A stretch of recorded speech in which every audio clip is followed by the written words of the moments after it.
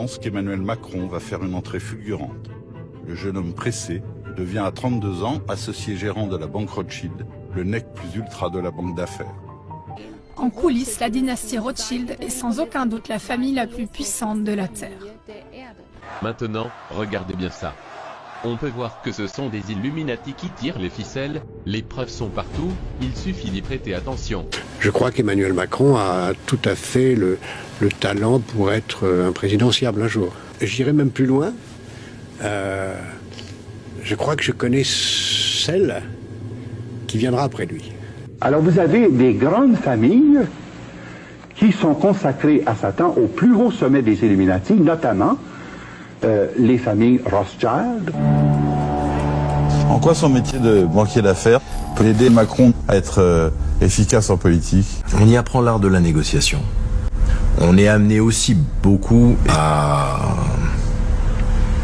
communiquer, c'est-à-dire à raconter une histoire. Donc ça donne un sentiment que la cavalerie continue. Donc on y apprend d'une certaine façon aussi des techniques pas de manipulation de l'opinion, mais un petit peu.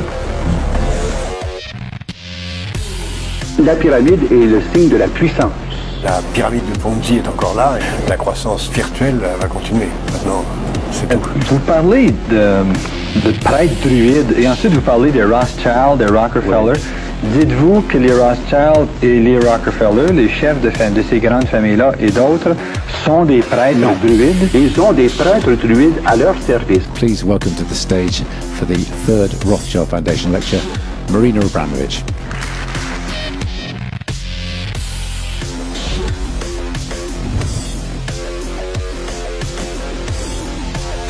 I believe that art of the future is art without objects. It's just pure transmission of energy between the viewer and the artist. We are waking up to the robber barons and the big banksters who are looting the economy with the Federal Reserve. Well, on sent bien qu'il y a une énergie, une force qui passe là, qui est une force avec une... Comment dire, que le type qui est sur cette scène-là, eh ben, il parle à Dieu, il entend des voix, il est dans la transcendance, il est dans l'idée du destin, il pense qu'il vient de quelque part pour être là. Si Est-ce que ça veut dire que Macron est mystique? Ah ouais, Macron est mystique, oui. Il y a le château Rothschild qui abrite un des principaux temples sataniques où annuellement les 8 grands chefs du monde se rencontrent avec les 13 du Coven.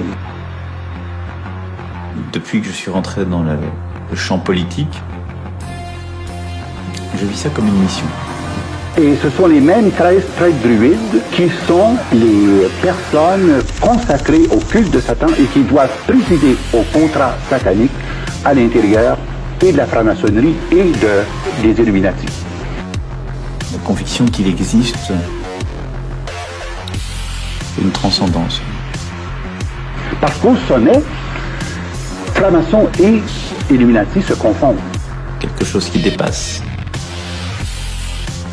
qui vous dépasse, qui vous a précédé et qui restera. Donc ça donne un sentiment que la cavalerie continue. Comment vous avez vu, Emmanuel Macron a été élu avec 66,6%. Et puis Emmanuel Macron, les yeux exorbités, il a dit qu'il voulait redonner espoir à tous. Il a fait des grandes tirades avec les voix qui vacillent avant d'enlever le masque. Remove your mask.